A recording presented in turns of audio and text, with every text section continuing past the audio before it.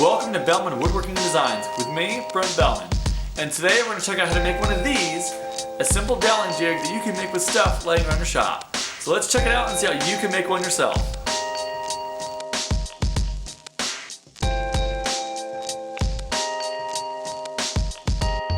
For this project I used some walnut and plywood that I had lying around because that's what I wanted to be able to do. I didn't want to have to run out and buy anything. I had a project to use this for. I wanted to be able to use what I had around the shop.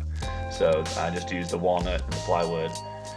So these right here are some wings I added on. I thought I would give this thing some more stability, and it did. It worked really well when I got to use the jig, and just helped to make it more stable when using it. So right here, you're probably wondering why I didn't line these holes up exactly, but I wanted to be able to use this jig with different thicknesses of wood. So the hole in the middle I used for the project that I did for my daughter, and then I wanted to have the other hole there on top for any thinner pieces of wood. So that's why I have two different holes in two different locations there. But lines are what helped me line it up, and it's a quick build, and you can make this jig yourself, and it works really great, so I encourage you to do so. Alright, so this is our finished jig, and I did make this a while back, but I made this jig specifically for a small kitchen table that I made for my daughter, for a kitchen set for her, which I'll include that in a future video after this. Now I do know there's lots of takes out there on doweling jigs. This was just what I decided to do. I did not include the plexiglass top, and something that I'm going to definitely add to this, I've gone back and watched a couple of videos from other people, is to either get what's called a metal sleeve bushing that'll go in here where the drill bit goes. That's metal, that way that doesn't mess that up. Or I've seen the people use copper or brass pipe, almost like you would use for a insert for a pin. If you're somebody who turns pins, you know what that looks like. So that would be something that'll definitely make this last longer. But for the project I was doing, I wanted to have the jig ready, go ahead and use it on that project. So it's something that I'll definitely improve for this for any kind of future use, and that's something that I've seen that goes really well for all the other kind of jigs I've seen for this.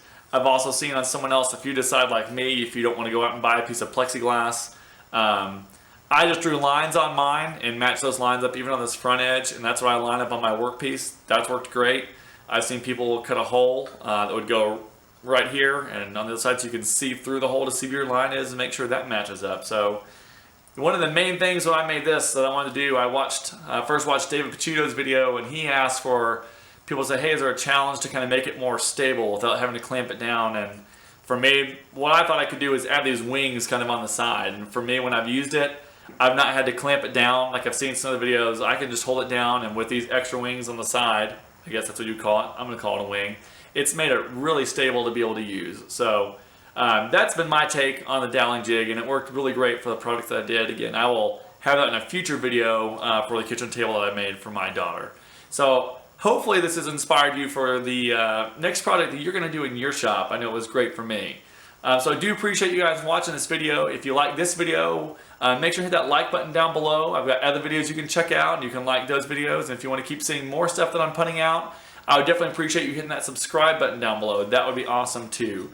I will make sure on a quick note to make sure on the other videos that I've mentioned, or some like the metal sleeve bushings I've talked about, stuff like that, I'll include links to those. We put some cards up at the top for you guys to be able to get those. So I'll make sure I put those resources out there for y'all as well.